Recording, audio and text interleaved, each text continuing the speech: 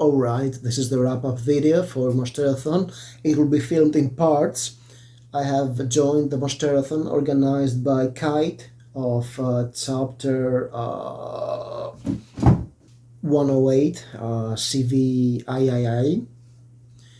And I've joined the Beasts team, and I'm recording this video, so I'm going through the challenges. The first book I was supposed to read, it was for the challenge called Whispering Goods. Read a book that you haven't heard about a lot. And I chose this book, The Scene of Rachel Ellis by Philip Cavanagh, which I had picked up in a thrift store last year and I knew nothing about.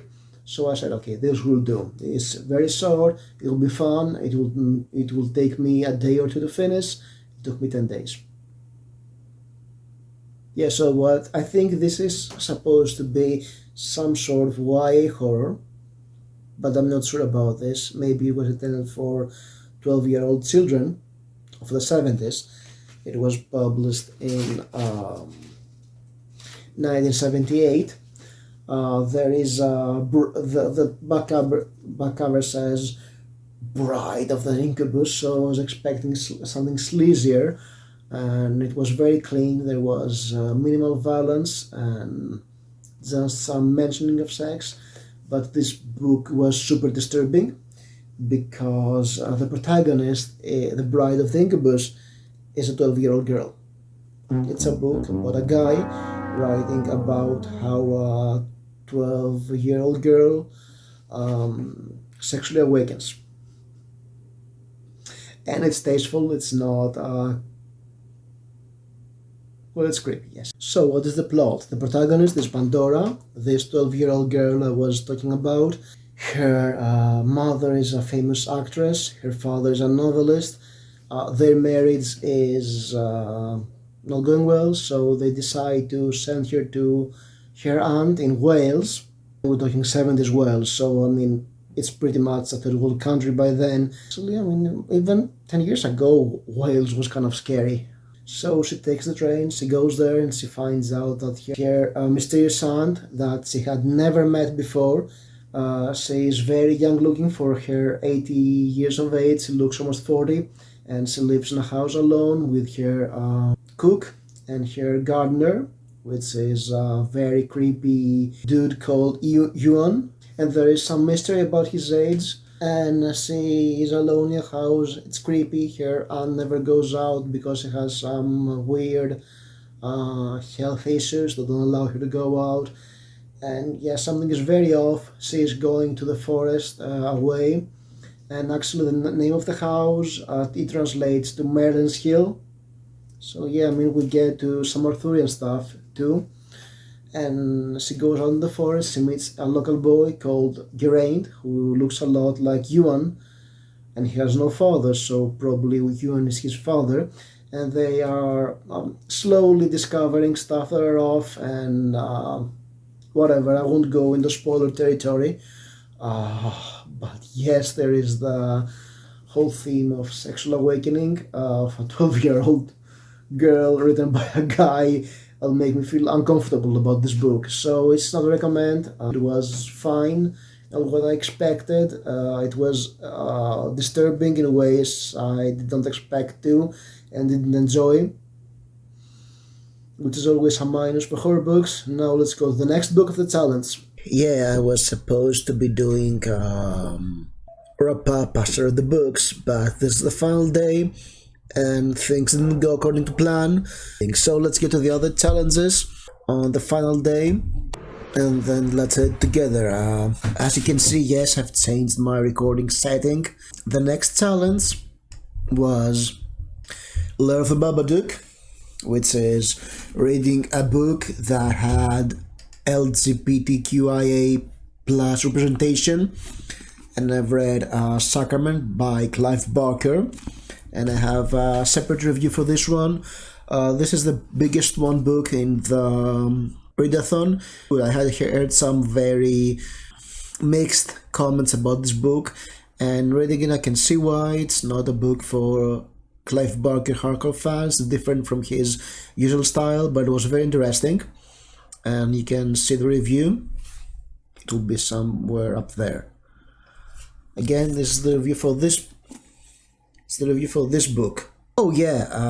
Also, there was a thing that there were a lot of improper sexual stuff in the book I've read for this readathon. So in this book, one of the characters, which was a woman that was immortal, trying to seduce a 10-year-old boy. Yeah, I mean, I read horror books. You get this stuff. At least there was no gangbang in the shirts. Then we got the Hydra Hangout, which was to read a book about mythology, and I picked Shadow Eyes by Catherine Ptacek. Catherine Ptacek, I guess that's her name. It sounds Polish, and has a blurb from Peter Straub that says good and spooky, and I thought was neither. And well, it's an 80s book. It's the first book by the author. She's the second wife of Charles L. Grant, another renowned horror author from the 70s and 80s. We've got this man who is a patsy. He left his tribe and studied geology, and he studied and he had a PhD. Actually, he was a professor in a university of geology in a book in what's the name, in New Mexico. Albuquerque, I think it's Albuquerque or something. So he got wanderlust and he left the university and went out to work in the land, and he returns back to Albuquerque, to New Mexico, and there are some weird stuff happening. He stumbles upon a site where a group of people have been murdered by some monsters that have yellow eyes in the darkness, the shadow eyes, and they threaten the city. They kill people in the first chapters. And also this guy, our protagonist, Chato, that's the name of the main character, has to find out what is happening, and there seems to be a conspiracy around a certain religious artifact, a fetish that has been taken from an Indian pueblo. He meets a reporter and she wants to help him find what's really happening. And also our main character was supposed to be a shaman before he left his tribe to study. Yeah, this book was not that great. It was a humbling book published by Arrow. I'm not sure how this publishing house works. I know the House of Hamelin.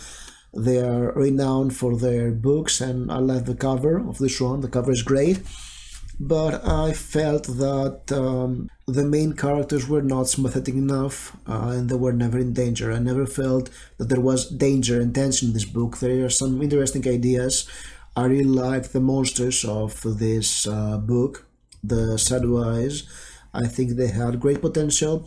However, they're never properly used, and I felt that the main character was never threatened by them.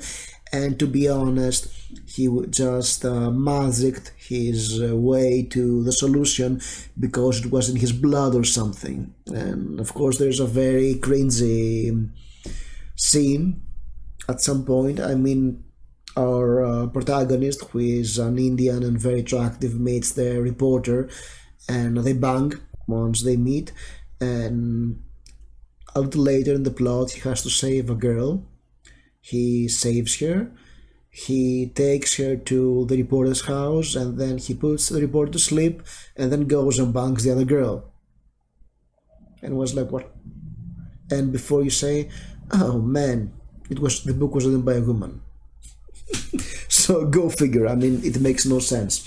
And since I finished this book in the final day, there was no way in hell I'll manage to read my book I was planning for my swamp. I like the cover, beautiful book. So I went for a smaller one, and I've read this one. It's a translated version of The Melancholy Death of Easter Boy by Tim Burton. It's a poetry book. It has more poems and sketches inside. And it's like this. It's all Greek to you, I know.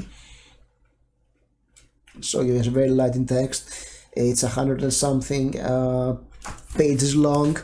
Yeah, it's a breeze, but it's a very beautiful book. It's supposed to be a gothic book, gothic poems and stuff. There's a lot of poems about spooky kids, about kids that were born different and how they suffer for it. I mean, there is the first story is about a twig that has fallen in love with a match with predictable results. And it was grim, but funny and cute. And it's one of those books that are for very light readers. I mean, if you have a hot topic friend who doesn't read much and you want to buy them a book, well, the English version of it or your language's version of it will do, I think. It was enjoyable. It was a breezy read. It took me, I don't know, half an hour to read it. But yeah, I did the readathon and I wanted to read this book for a couple of years now. And then for the challenges, what are the challenges did I do? Oh yes, I've read all 3 of the short stories from the book How to Recognize a Demon Has Become Your Friend by Lida Addison. I've read all 3 short stories. I was supposed to read Future Past Imperfect, which I thought was a bit convoluted of a story. It was really interesting, but convoluted. I've read The Box, which was, it was a contemporary story, but it was well written. And Artificial Unintelligence was probably my favorite of the 3 stories because it made fun of how machines and information systems don't work like human beings. And of course, I've also read another book, Month, that can count towards the Monsterathon.